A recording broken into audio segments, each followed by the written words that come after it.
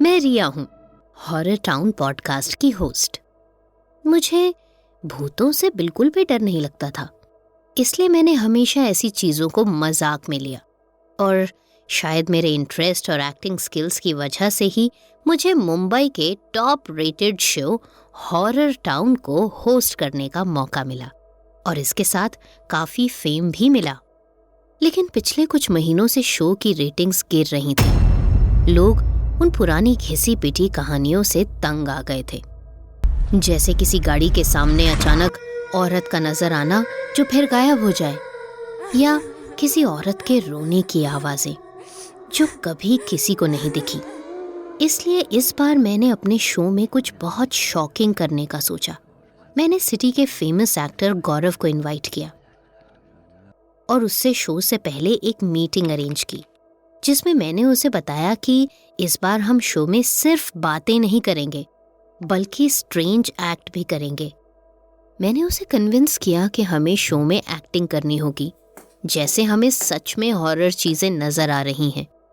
फिर मैंने अपने असिस्टेंट राकेश से बात की कि शो के दौरान वो हॉरर एनवायरनमेंट क्रिएट करें, जैसे खौफनाक आवाजें, लाइट ऑन ऑफ, जिससे व्यूअर्स को लगे कि हमारे शो में ये सब रियल में हो रहा है। गौरव को भी ये आइडिया बहुत अच्छा लगा और वो मान गया। फिर फाइनली पॉडकास्ट का दिन आ गया। गौरव, जो ऊपर से टेंस नजर आ रहा था, अंदर से परफॉर्म करने के लिए बहुत एक्साइटेड था। फाइनली हॉरर टाउन का ऑफिशियल म्यूजिक प्ले हुआ।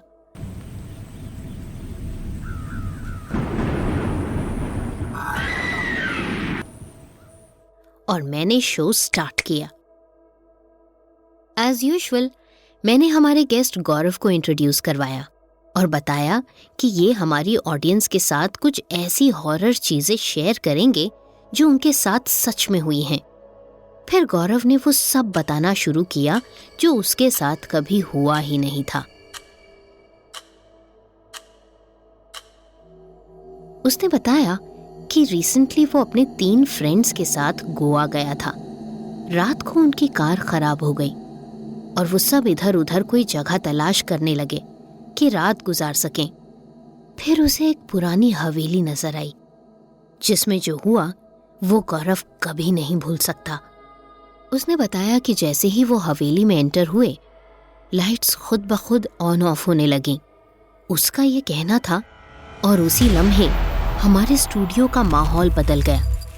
लाइट्स जोर जोर से ऑन ऑफ होने लगी और चीजों के टूटने की आवाजें आने लगीं।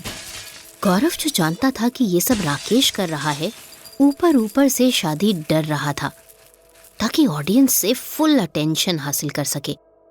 फिर उसने बताया कि हवेली से किसी औरत के रोने की आवाजें आ रही थीं, बट उन्हें बताया गया कि इस हवेली में 100 साल से कोई नहीं रहता। उसका ये कहना था कि वहां औरत के रोने की आवाजें आने लगीं। मैं राकेश के काम पर बहुत खुश थी कि कैसे उसने स्पीकर के जरिए आवाज को भी अरेंज कर लिया। कोई नहीं कह सकता था कि ये आवाज स्पीकर की थी। और फिर लास्ट में हमने वो ड्रामा किया जिससे इस शो को वर्ल्ड वाइड फेमस होने से कोई नहीं रोक सकता था।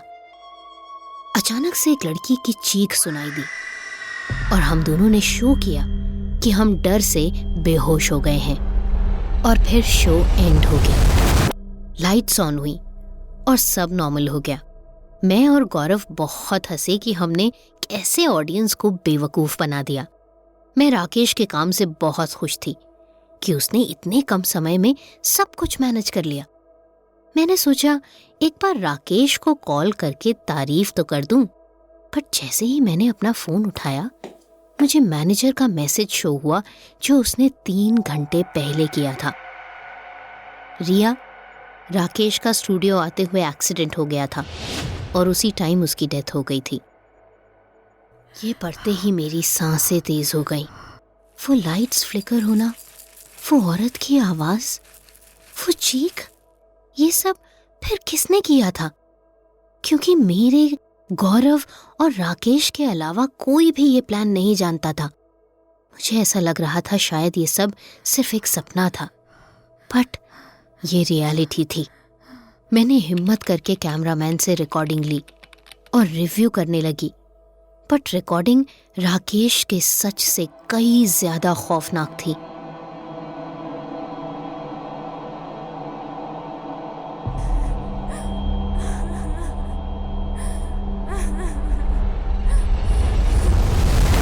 हाँ, उस दिन हमारे साथ स्टूडियो में कोई था।